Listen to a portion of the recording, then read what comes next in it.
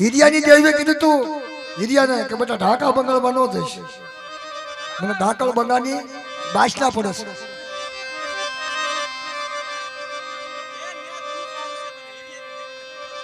મને હિરિયાની દેવીને ગટ પાવ લગી ને ખબર છે બેટા ના દુઃખ આવશે તને, દુઃખની વેળા આવશે. પણ કહે છે ને કે ઢાકા બંગાળના સીમાડે ગયો ને તો હિરિયા દાદાએ તંબુ તાળી દીધા. તંબુ તાળ્યા અને હાથ પડી અને ઢાકા બંગાળમાં મોટો જબરો લાલ વણજારો ફૂલ વણજારો ખેલ નાખેલો. બધાને ખબર પડી જાય કે આજ ખેલ છે. લાશુમાં બહુ અધૂપ રૂપાળા હતા. હીરા દાદાને કીધું હીરા દાદા કે શું કે મારે ખેલ જોવા જવું છે. અરે લાસુડી મારી દેવીએ ના પાડી શકે કે ઢાકા બંગાળના સીમાડામાં જઈએ, પણ ઢાકા બંગાળમાં ન જતો. પણ લાસુડી માની નહીં.